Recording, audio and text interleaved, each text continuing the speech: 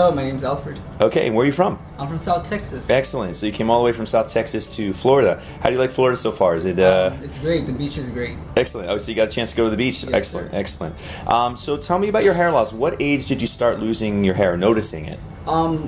My barber actually started noticing. He Okay. would cut my hair. I've been with him for 10 years. Okay. He would actually cut my hair from the top, but then noticing, so he started doing like his own stylist to make sure I covered over it. It was the Yes. first one that actually mentioned it out was my brother. He Okay. said, "Hey man, you're losing your hair." I was like, Was he okay. teasing you about it, or just pointing it out? Just pointing it out. Okay. And then slowly, my friends like, "Hey man, I think you're losing your hair." Yeah. So that's when I started getting into like self-conscious for myself, which Yeah. basically made me want to go look for hair stuff. Okay, excellent. And so tell me about your research. When did you start? How did you come all the way over here? Well, I have a background with biostatistics and stuff, so I was looking into research, knowing what was going on and everything. So then I found you through doing my research. Basically, I started nailing down. I started finding the difference between food, FUT and FUE, and I started noticing what was the differences.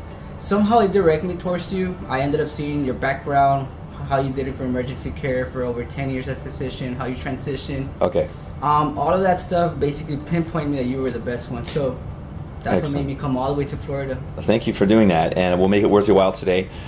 So tell me what your goals are. What are you hoping to accomplish? My goals is basically it's the front because it's been receding, just to bring it back, and a little bit of my temporal. And your temple as well. Yes. Okay, excellent. So the next step we're going to do is we're going to draw out your hairline and talk about the day. And thanks again for letting other people share your journey through this whole process. Yeah, no problem. Okay. So I'm here with Alfred, and I want to show everyone his new hairline. So just so you know, Alfred was kind enough to let us shave his head, and there's a lot of advantages to doing that. And really, with that much hair up there, you want him.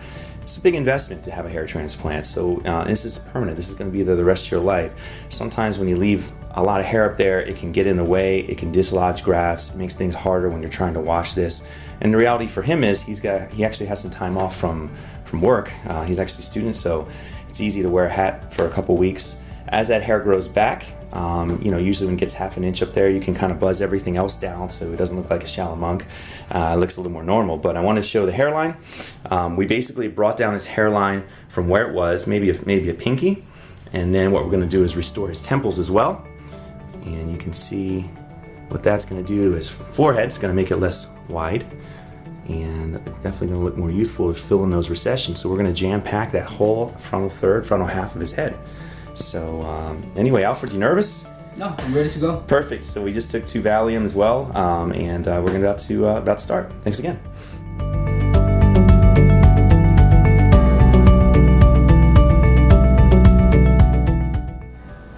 Okay, I'm here with Alfred. At this point in the procedure, Alfred has had his donor tissue removed from the back. He's been all sutured up, and we've actually just made the slits, and those are the little tiny slit incisions that the grafts will then slide into.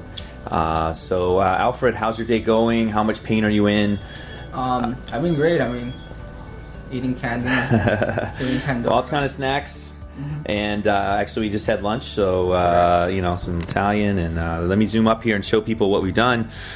And again, a little oozing right after the incisions are made is not uncommon. So you can see, you can see where his new hairline is going to be, but you can see all the slit incisions that have been made. And again, with his temples being built out, you can see how that's going to really reframe his face. And you can see how jagged and staggered his frontal hairline is, and that's exactly what you want to recreate. You don't want to put on a completely straight cornfield, perfectly straight line. This is going to make it look much more natural. So anyway, thank you. We'll check in at the very end when you have all the grafts in, but thanks again for letting us share your experience. Sure. Yeah.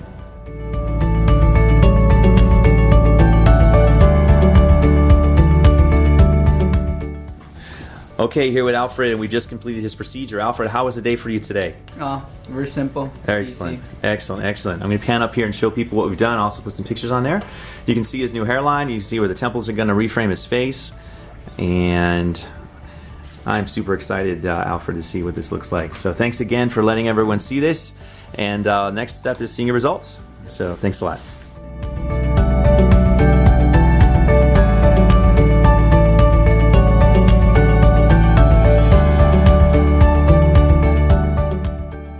Call us now, 844-327-4247, and ask about our Hue and Hue Plus procedures, which move more hair than ever before. Hope to hear from you soon.